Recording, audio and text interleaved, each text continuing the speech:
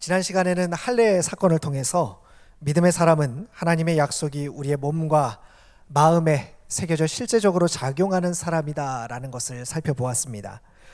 흔히들 기독교는 관계의 종교라고 말합니다. 이 말은 기독교의 모든 신앙의 내용들이 관계적이라는 뜻을 가지고 있습니다. 그래서 우리가 살펴보는 믿음 역시 그냥 임의로 믿음이라는 것으로만 주어지는 것이 아니라 하나님과의 관계 안에서 성장하고 자라가는 특징을 가지고 있습니다. 인생에서 겪는 사건 하나하나를 우리 인생이라는 시간 속에서 하나님과 함께 겪어가면서 하나님이 어떤 분이신지, 어떻게 반응하시는지, 어떻게 생각하시는지를 점차 알아가는 것이 우리 믿음의 내용이라고 할 수 있습니다. 그렇게 우리 인생에서 겪는 좋은 일 혹은 나쁜 일, 어떤 큰 일 혹은 사소하고 작은 일 할 것 없이 모든 사건들이 우리 믿음을 자라나게 하는 계기가 될 수 있습니다. 그런 점에서 오늘 본문에는 아브라함의 믿음에 있어 아주 획기적인 변화를 보여주는 한 가지 사건을 우리에게 보여줍니다.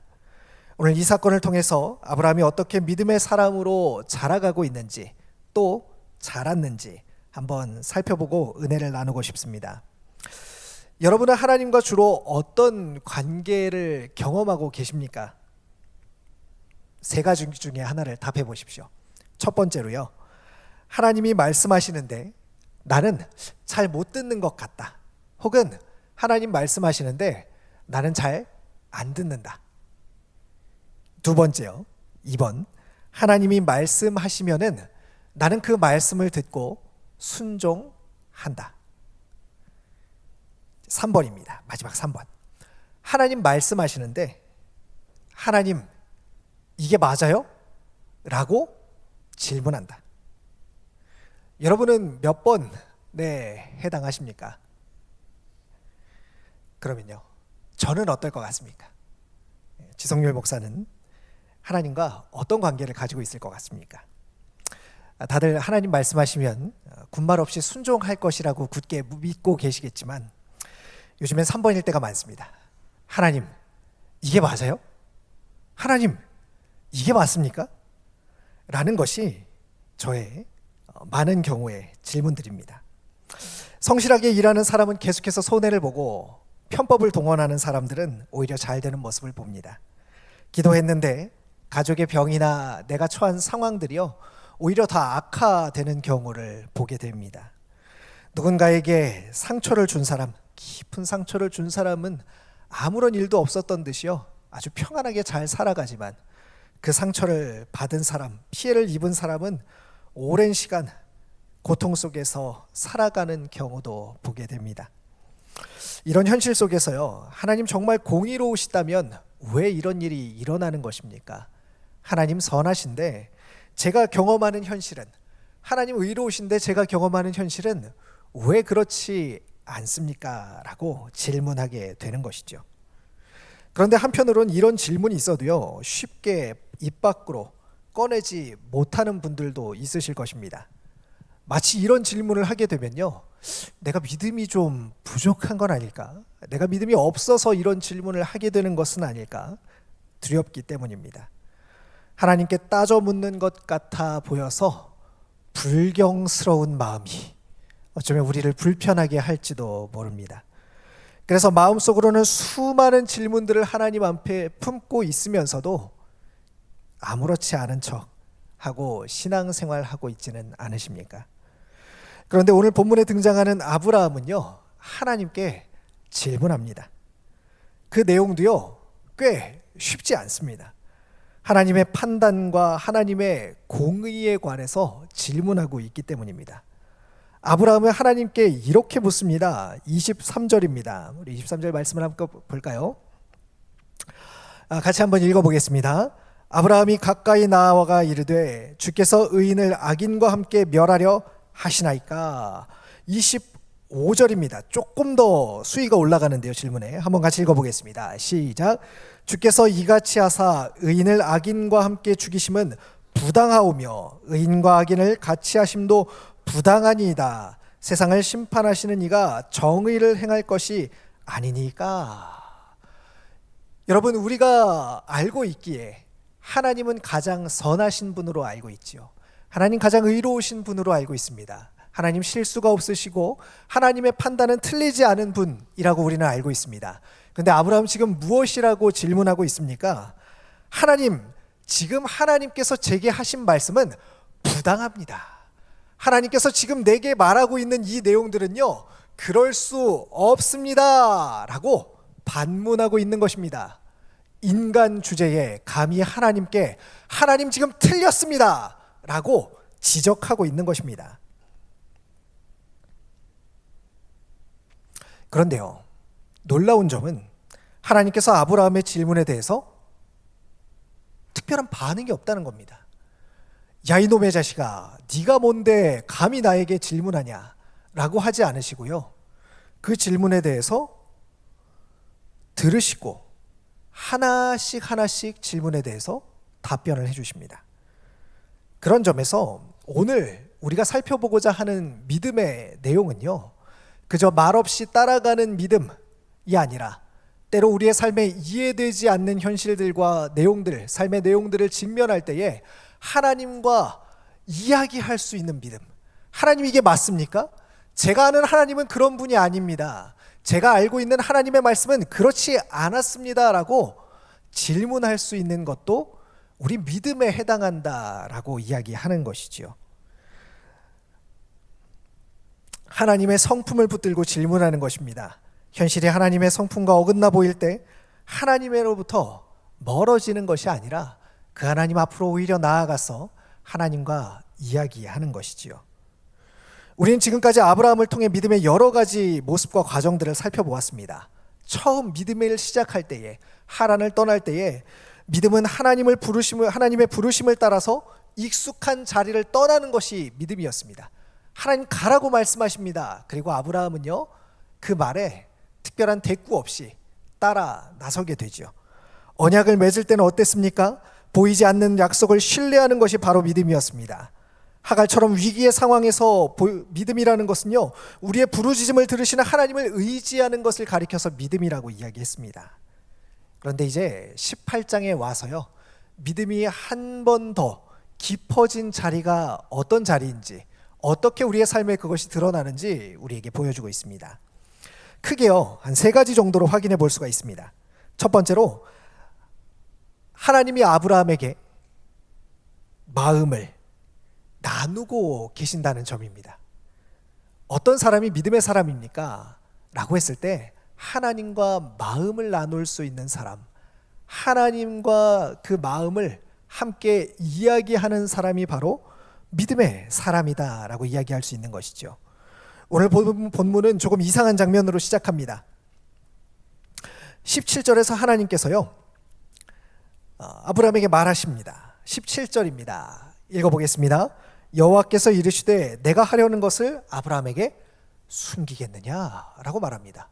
아브라함이 뭘 질문하지 않았습니다. 그냥 하나님께서 갑자기 얘기하신 거예요. 야 아브라함아, 내가 하려고 하는 일이 있는데 너한테 숨길 필요가 없다. 너한테 얘기해 줄게 라고 말씀하신 것입니다.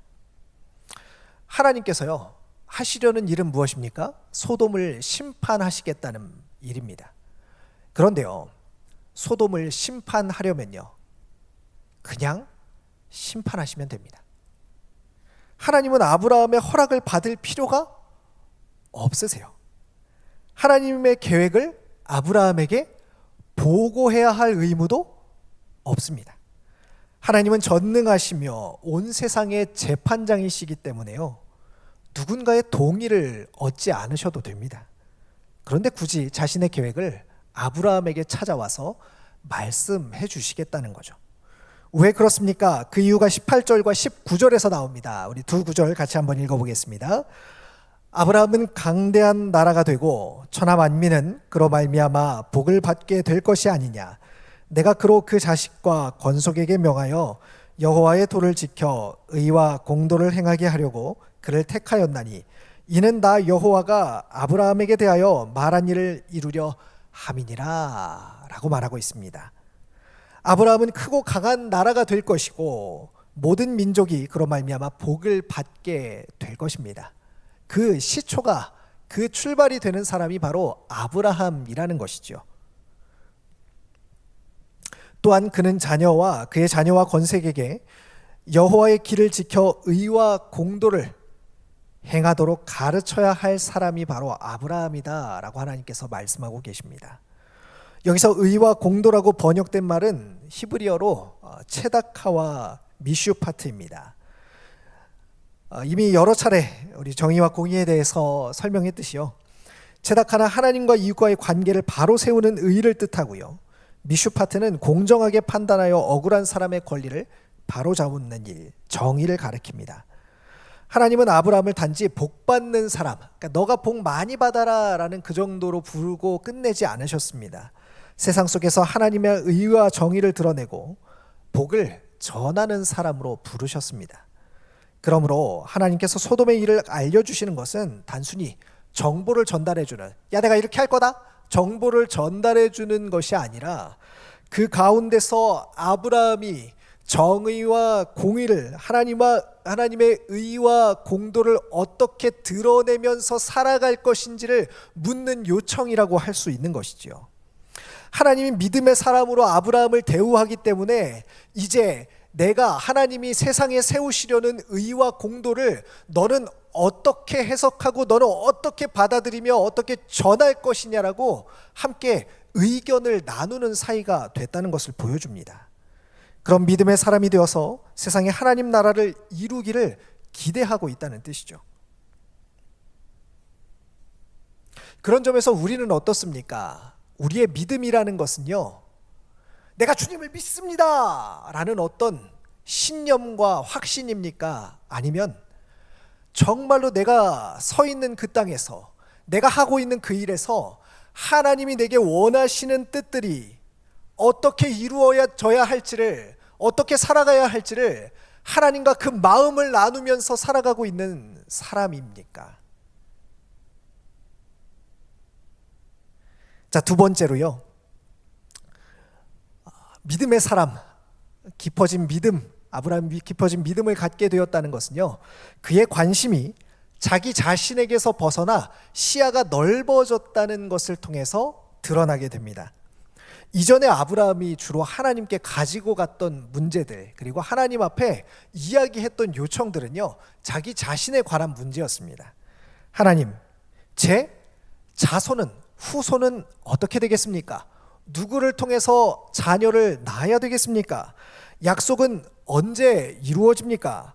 내 가정의 미래는 어떻게 되는 것입니까? 와 같은 것들을 주로 물었습니다. 그런데 오늘 아브라함은요, 자기 자신의 일이 아닌 소돔 성 한 도시의 문제를 품고 하나님 앞으로 나아가고 있습니다. 물론 소돔에는 조카 롯이 살고 있었지만 아브라함의 기도는요, 하나님 롯을 좀 구해 주십시오 하는 기도가 아니었어요. 소돔이라는 도시 전체를 구원해 주시기를 위해서 하나님과 이야기를 나눕니다. 여기서 믿음이 성장하면 나타나는 중요한 특징을 한 가지 발견할 수 있습니다. 그것은 무엇입니까? 믿음이 성장하면 관심의 범위가 내 안으로부터 점차 바깥으로 넓어지게 된다는 것입니다. 우리도 처음에는 내 문제를 해결해 달라고 하나님께 기도합니다. 내 진로, 내 건강, 내 관계, 내 가정, 내 미래를 위해서 기도합니다. 물론 이것도요, 너무나 소중하고 꼭 필요한 일입니다. 그러나 믿음이 자라게 되면은요, 나의 문제 안에만 머무르지 않게 됩니다. 고통받는 사람들이 보이고, 무너진 공동체가 보이고, 불의가 가득한 세상이 우리 눈에, 우리 마음에 들어오게 됩니다. 하나님의 마음이 머무는 곳에 우리의 시선도 따라가게 되는 것이죠. 20절을 보니까요, 하나님이 아브라함에게 소돔의 죄악을 말씀하시며 이렇게 표현하십니다. 소돔과 고모라에 대한 부르짖음이 크고 그 죄악이 심히 무거우니 내가 내려가서 그 모든 행한 것이 과연 내게 들린 부르짖음과 같이 보고 알려하노라 라고 말하고 있습니다. 여러분, 하나님이 몰라서, 그 땅의 상황을 몰라서 직접 가서 보고 확인해 보겠다고 말씀하시는 것일까요? 그렇지 않습니다.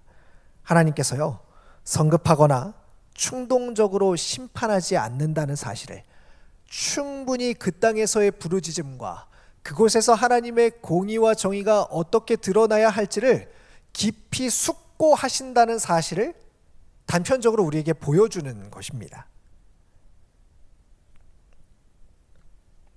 하나님은 악을 방치하지 않으십니다. 하지만 동시에 아무렇게나 너 잘못했어? 죽어! 라고 심판하지도 않으신다는 거죠. 하나님께서 아브라함에게 이 일을 알려주신 이유가 바로 여기에 있습니다. 아브라함이 하나님의 공의와 자비를 베풀고 세상을 위해 하나님 앞에서는 믿음의 사람이 되어야 하기 때문입니다. 이제 더 이상 내 문제를 해결해 주십시오 하는 그 문제에 머무르는 사람이 아니라 하나님 앞에서 세상의 정의와 공의를 위해서 함께 뜻을 이루어 나가야 하는 사람으로 세워져 가고 있기 때문입니다. 믿음의 사람은요, 하나님의 계획을 미리 때려 맞추는 그런 사람이 아닙니다. 하나님의 마음을 알아가는 사람이지요. 그렇게 하나님은요, 아브라함을 말없이 명령만 수행하는 도구로 여기지 않습니다. 처음에는 하나님의 명령들을 따라가면서 쫓아가면서 하나님이 어떤 분인지를 알아간다면 나중에 시간이 흘러서는요, 그 명령대로 그냥 순종, 그냥 무조건 행하는 손과 발이 되는 것이 아니라 함께 믿음의 사람이라는 하나님과 대화하고 그 마음을 나눌 수 있는 격과 격이 되어서 하나님의 뜻을 함께 이루어가는 동역자가 되는 것입니다. 그리고 아브라함 역시 그 기대에 부응하듯이 세상을 위해 하나님께 질문하기를 시작합니다. 자, 이제 마지막 세 번째입니다. 아브라함의 믿음이 깊어진 것이 어떻게 드러나냐 하면요, 하나님의 성품을 붙들고 질문한다는 것입니다. 22절을 보면 두 사람이 소돔을 향해 떠나고 아브라함 여호와 앞에 그대로 서 있습니다. 23절은 이렇게 기록합니다. 아브라함이 가까이 나아가 이르되 라고 말이지요. 아브라함은요, 이해가 되지 않는 하나님의 말씀을 듣고 하나님으로부터 떨어지지 않았습니다. 하나님, 저는 그거 이해할 수가 없어요. 이제 우리는 함께 할 수 없어요 라고 한 게 아니라 그 이해되지 않는 상황을 붙들고 하나님께 가까이 나아갑니다. 사랑하는 청년 여러분, 여러분은 어떠십니까? 내가 이해되지 않는 상황에 처했을 때, 내가 도무지 납득할 수 없는 현실 앞에 있을 때 여러분은 하나님께 멀리 가시게 됩니까? 아니면 하나님께 가까이 나아가게 되십니까? 내가 하나님 앞에 이렇게 열심히 수고하고 하나님의 뜻대로 살고 하나님의 말씀 붙들고 살았는데 왜 하나님 믿지 않는 사람들보다 제 미래는 더 불안합니까? 왜 저 사람들은 다 취업이 되고 저 사람들은 다 하고 싶은 일들이 이루어지는데 왜 저는 항상 이 자리에서 아무것도 되지 않고 있습니까? 라고 하나님께 질문하면 멀어지고 있지는 않습니까? 아니면 그와 반대로 오히려 하나님을 향하여서 더 가까이 나아가고 계십니까? 아브라함은요, 이 상황을 가지고 하나님 앞에 나아가 묻습니다. 주께서 의인을 악인과 함께 멸하려 하시나이까? 그리고 소돔 성 안에 의인 50명이 있다면 어떻게 하겠냐고 묻습니다. 의인 50명이 있는데도 하나님 이 성을 멸하여 버리시겠습니까? 라고 질문하지요. 그리고 25절에서요, 아까 소개한 것처럼 매우 강력하게 이야기합니다. 하나님, 그 일은 부당한 일입니다 라고 말이죠. 여러분, 하나님의 성품을 아브라함이 지금 부인하거나 부정하거나 의심하고 있는 것일까요? 그렇지 않습니다. 오히려 그 반대입니다. 하나님, 제가 아는 하나님은 그렇지 않습니다라고 강력하게 요청하는 것입니다. 하나님이 공의로우신 분이라는 사실을 너무나 분명하게 믿고 있기 때문에 질문할 수 있는 것입니다. 그러므로 제가 이해되지 않는 이 일을 하나님 좀 저에게 납득시켜 주십시오, 설명해 주십시오라고 묻고 있는 거죠. 이것이 바로 믿음의 질문입니다. 불신앙은 현실을 붙들고 하나님의 성품을 의심합니다. 나아가 하나님이 선하지 않다고요, 혼자서 판단하고 하나님과 멀어져 버립니다. 그러나 믿음은 하나님의 성품을 붙들고 내가 처한 현실에 대해서 질문하는 것입니다. 어려운 일을 만나도 하나님이 선하시다는 사실을 놓지 않은 채로요, 그 선하심이 하나님의 선하심이 지금 내가 처한 이 부조리함과 어떻게 함께 갈 수 있는지를 질문하는 것이죠. 이제 본문을 다시 한번 보시기 바랍니다. 아브라함과 하나님의 대화는요, 의인 50명이 있으면은 망하게 할 것입니까? 라는 질문에서 시작합니다. 그 다음에 어디로 가죠? 아무래도 아브라함이 생각해 보기에 50명은 너무 많았나 봐요. 줄입니다. 하나님, 죄송한데 5명만 줄여볼게요. 45명이 있으면은 그래도 망하게 하시겠습니까? 하나님 뭐라고 하시죠? 아니다. 45명이 있으면은 용서해 주겠다. 한 번 더 줄입니다. 하나님, 그러면 30명이 있으면 어떻게 하시겠습니까? 30명이 있어도 망하지 않게 하겠다. 하나님 말씀하십니다. 본인도 말하기가 좀 민망한가 봐요. 하나님, 한 번만, 죄송하지만, 계속 이런 표현들이 등장합니다. 어디까지 줄입니까? 30명, 20명, 마지막에는요 10명까지 줄입니다. 50명에서 10명까지. 5만 원짜리를 지금 10,000원에 내고의 왕. 아브라함은요, 의인 50명에서 10명까지 하나님 앞에 줄여서 이 10명 때문에 하나님 심판하지 않으시겠습니까? 라고 질문합니다. 하나님 뭐라고 말씀하시죠? 심판하지 않겠다. 여러분, 놀랍지 않습니까? 아브라함이요, 하나님, 이건 어떻습니까? 이건 어떻습니까? 이건 어떻습니까? 질문할 때마다요, 하나님께서 다 수용해 주세요. 그래. 하나님은 이제 그만하라고 말씀하지 않으십니다.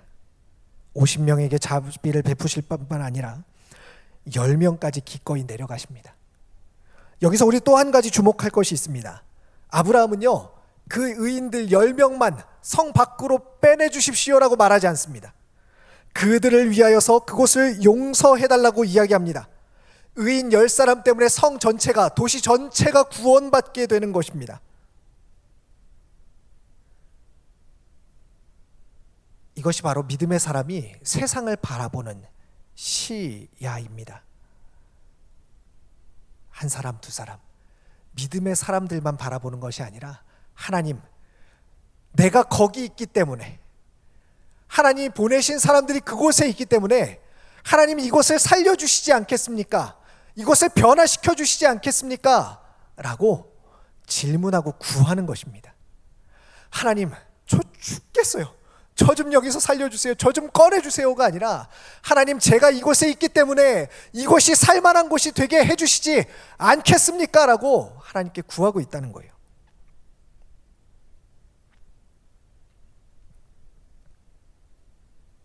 그래서 하나님이 이게 맞습니까? 라는 질문은 결국, 하나님, 그렇다면 제가 여기서 무엇을 해야 되겠습니까? 제가 누구를 위해 기도해야 되겠습니까?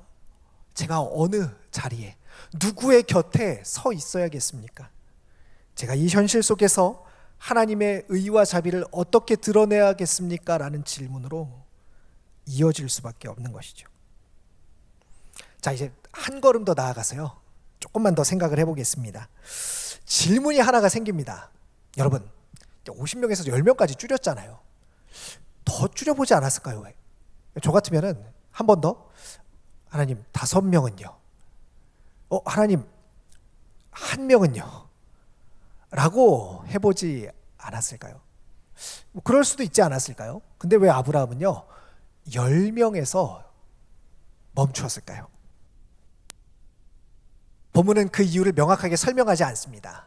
추측해 보건데요, 그래도 10명 정도는 있지 않았을까? 왜냐면은 자기 조카 롯도 있고 그의 아내도 있고 가족들도 있고 자녀들도 있으니까 한 10명 정도는 의인이 있지 않았을까라고 생각했을 수도 있고요. 또 다른 문헌들에서는요, 10명이 공동체를 이루는 최소 단위, 그러니까 10명이 하나님과 어떤 그런 공동체에 대해서 이야기할 수 있는 최소 단위이기 때문에 최소 단위까지 줄여서 이야기한 것이다. 그러니까 10명이 마지막 지점이다 라고 이야기하기도 합니다. 근데 분명한 것은 본문이 의도적으로요, 이 10명에서 질문을 멈췄다는 것입니다. 그리고 여전히 단 한 명의 의인만 있으면 어떻게 될까라는 이 질문은요, 아브라함의 질문 그 다음부터 시작해서 성경 전체를 통해서 계속해서 흘러가게 됩니다.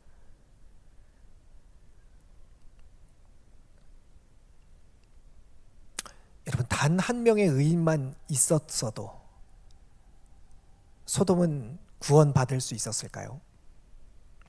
성경은 안타깝게도 모든 사람이 죄를 범했고 하나님의 영광에 이르지 못한다라고 선언합니다.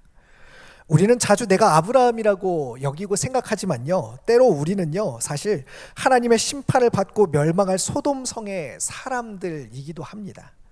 우리에게는요, 나 때문에 하나님 이곳을 구원해 주십시오라고 말할 소망이 없습니다. 그런데 하나님께서 소망 없는 우리를 위해서 의인을 보내주셨다라고 성경은 기록합니다. 그것이 바로 예수 그리스도입니다. 아브라함은 의인 몇 사람 때문에 악한 성을 용서해달라고 간구했습니다. 하지만 복음은 한 분 의인 되신 예수 그리스도로 말미암아서 모든 죄인이, 온 세상이 구원받는다고 우리에게 선언합니다. 아브라함은 물었습니다. 온 세상의 재판장이 정의를 행할 것이 아니십니까? 이에 대해서요, 하나님은요, 우리 수천 년의 역사 안에서 십자가를 통해서 답해 주십니다. 하나님은 정의를 포기하지 않으십니다. 죄를요, 간과하지 않으세요. 그냥 없던 일로 치부하지 않으십니다. 하지만 동시에 죄인을 포기하지도 않으십니다. 공의를 무너뜨리지 않으면서, 정의를 무너뜨리지 않으면서 우리에게 자비를 베푸시기 위해 하나님은요, 기꺼이 자기 자신을, 아들을 내어주십니다. 여기에서 십자가에서 한 가지 더 놀라운 반전이 있습니다. 소돔에서는요, 의인이 악인과 함께 죽어서는 안 된다고 아브라함이 간구합니다. 하지만 십자가에서는요, 의인 되신 예수님께서 악인들과 함께 죽음을 맞이합니다. 예수님은 십자가에서 나의 하나님 어찌하여 나를 버리셨나이까라고 부르짖습니다. 이 질문은요, 우리가 하나님께 던지는 가장 깊은 질문이에요. 하나님, 어디 계십니까? 왜 나를 버려두십니까?